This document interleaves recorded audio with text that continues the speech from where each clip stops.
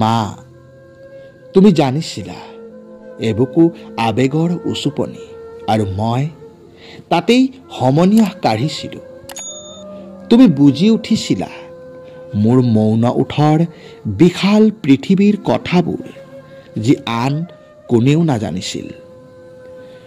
মোৰ কলংকিত জীৱনৰ প্ৰতিটো পথেই শ্বাসৰুদ্ধ মৃতকৰ নশ্বৰ দেহৰ দৰে আছিল।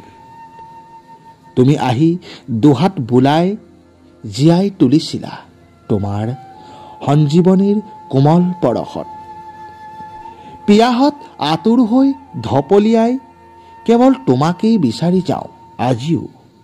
তোমাৰ কোলাত পোৱা স্নেহৰ টোপোলাটি আজিচোন নাই বহু নিলগত। তুমি অন্তৰ্ধাম হলা, তুমি নিথৰ হৈ ৰলা, আৰু মই কেৱল জঠৰ হৈ চাই ৰলো। এতিয়া তুমি নাই আৰু মই অন্ধ কোঠাৰ পথভ্ৰষ্ট কোনোবা গৰাকী।